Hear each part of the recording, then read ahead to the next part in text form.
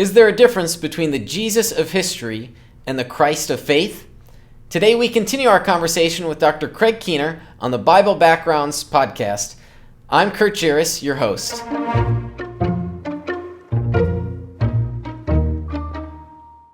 Greetings in the Lord. This is the Bible Backgrounds podcast with Dr. Craig Keener. Dr. Keener is the F.M. and Ada Thompson Professor of Biblical Studies at Asbury Theological Seminary. Dr. Keener, it's great to be with you here today.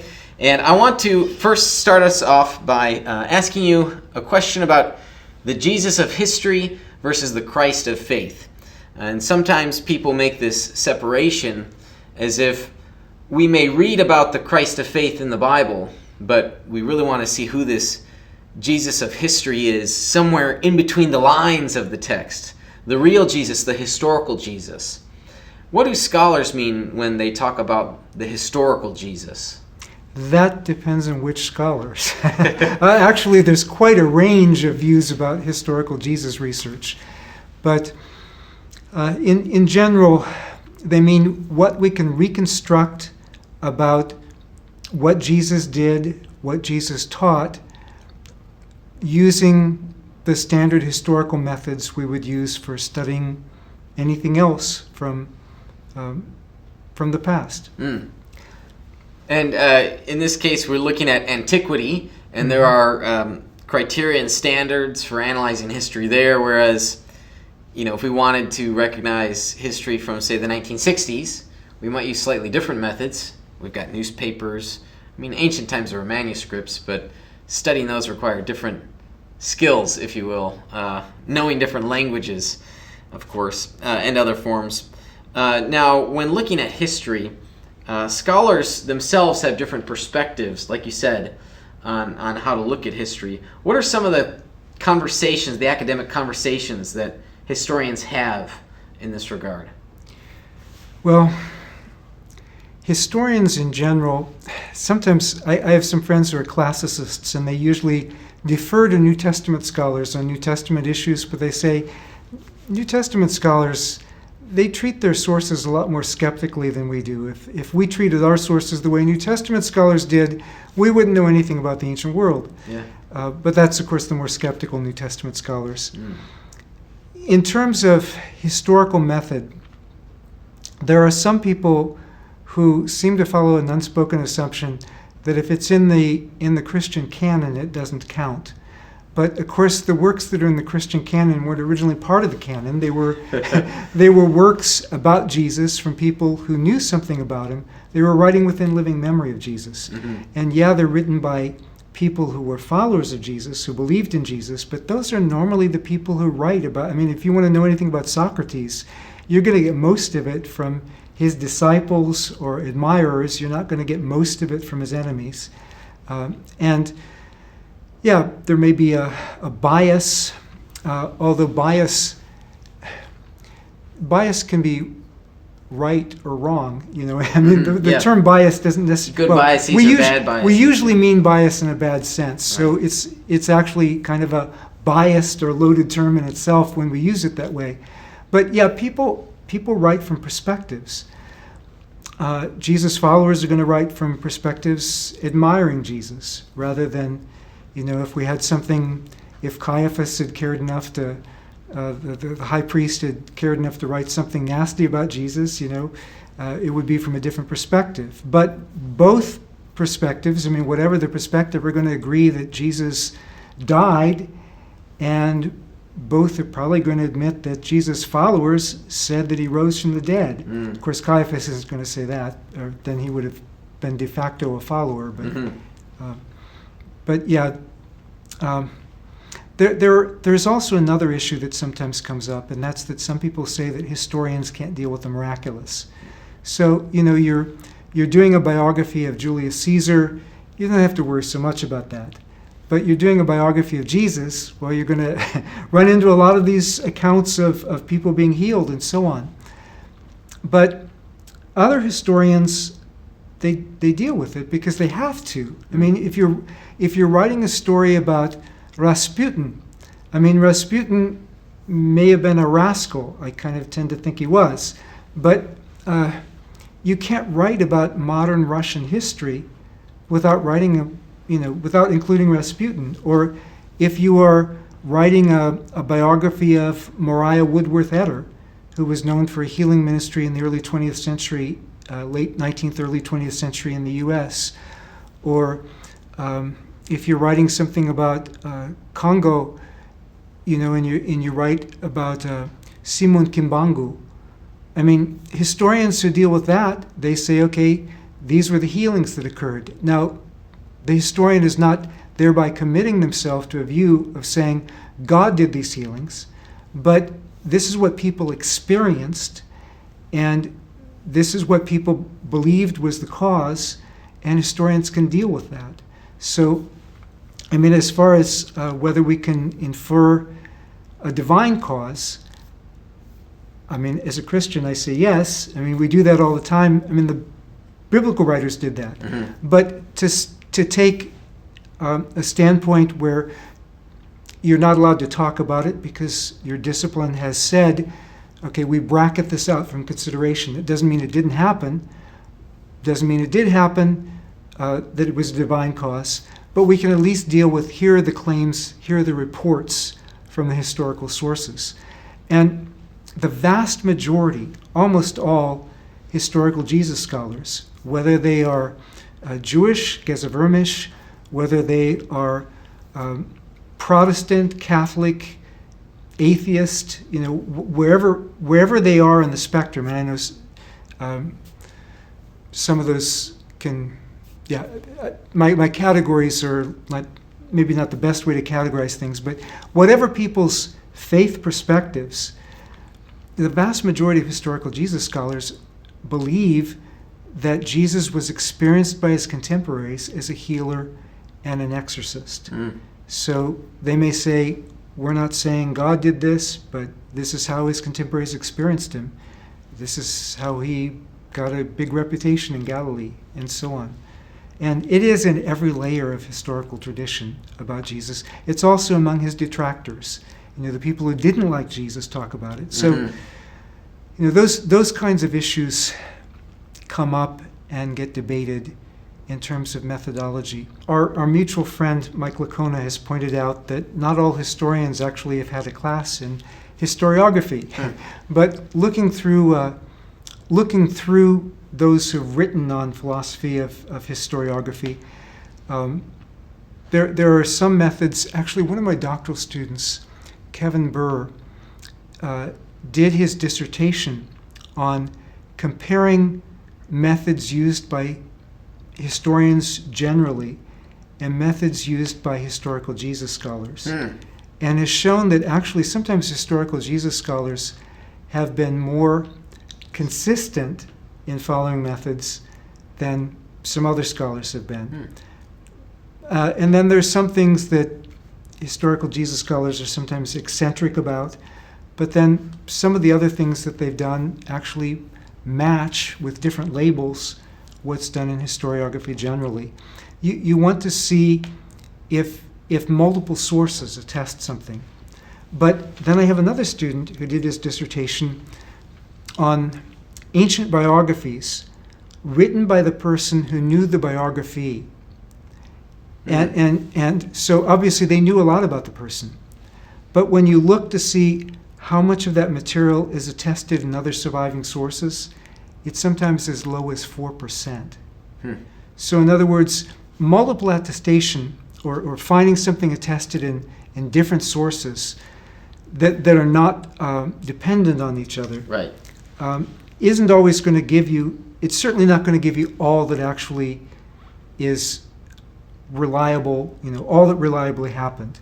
Somebody may know a whole bunch about the person, but because we're talking about events a few thousand years ago, not all the sources have survived. In fact, only a fraction of sources have survived.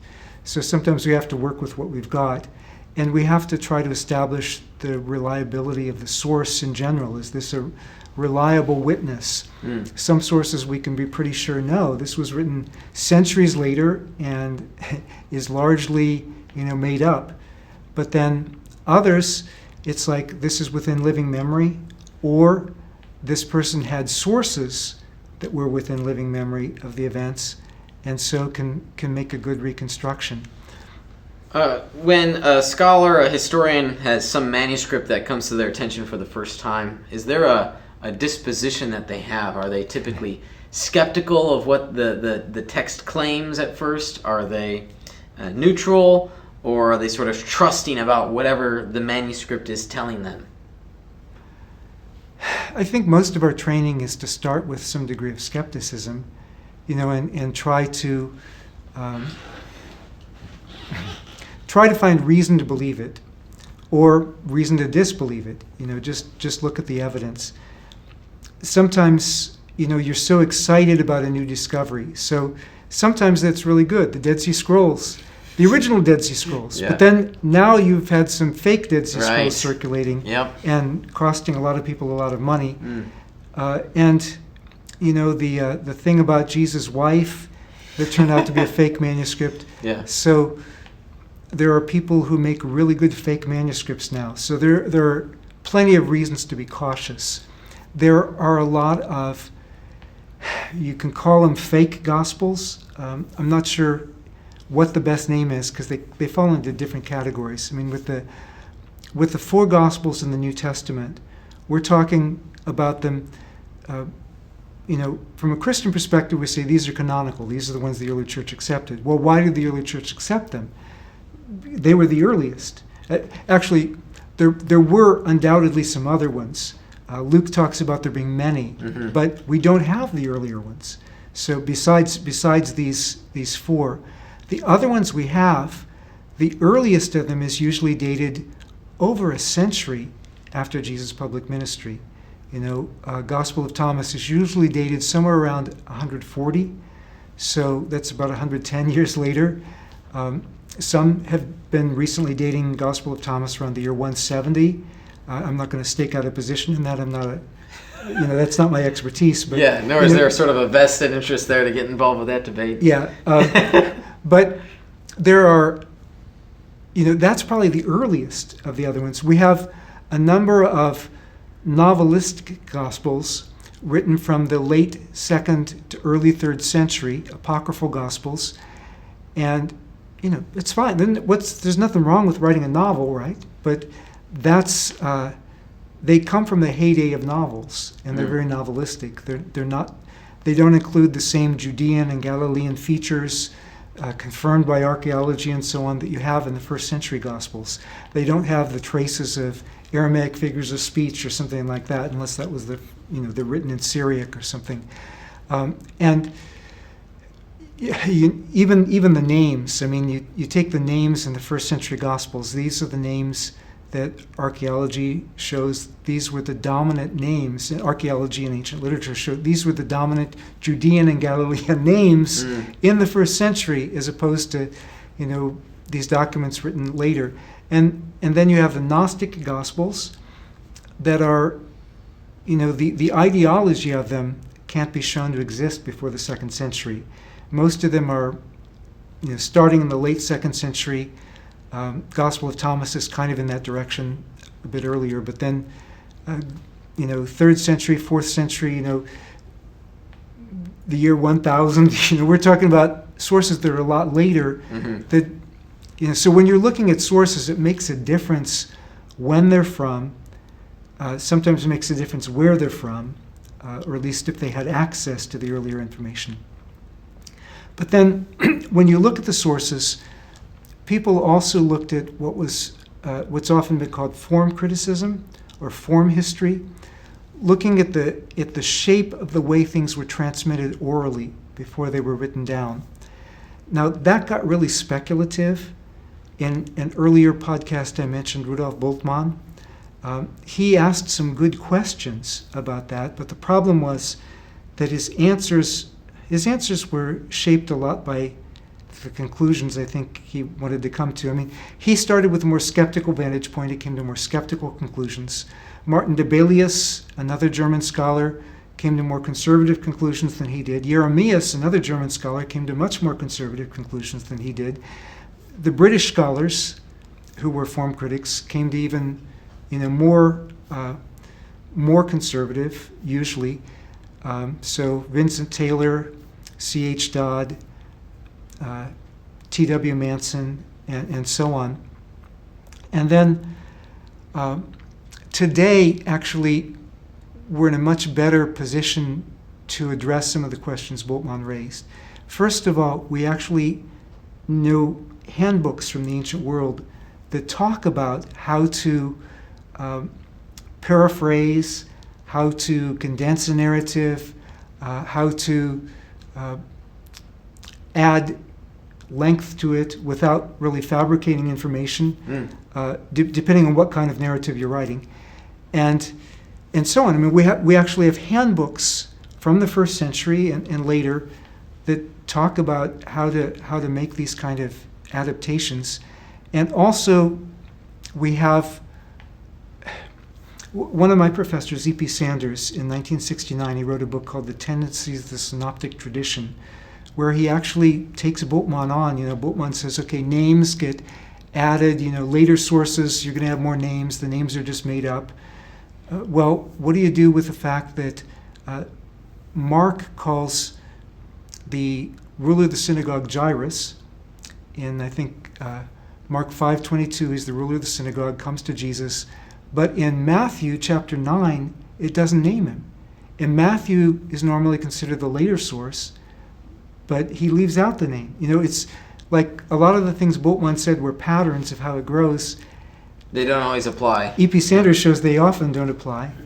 And then, besides that, we just have a lot more material to work with. And also modern memory studies, studies of how oral tradition actually works in different cultures, including in the Middle East, and studies of how it worked in antiquity, including in the Middle East and in the Greek world and so on, as opposed to Bultmann. He took this from centuries of passing on of Russian and German folk tales. Well, the gospel stuff isn't folk tales. It's not passed on for centuries. I mean, by the time the Gospel of John is written, you could have easily somebody who was alive in Jesus' day, who's still alive when the Gospel of John is written. That's not, so he got the genre wrong and a lot of things wrong. Actually, that was something else. Bultmann said that the Gospels are not biographies. And in antiquity, biography was a genre that developed.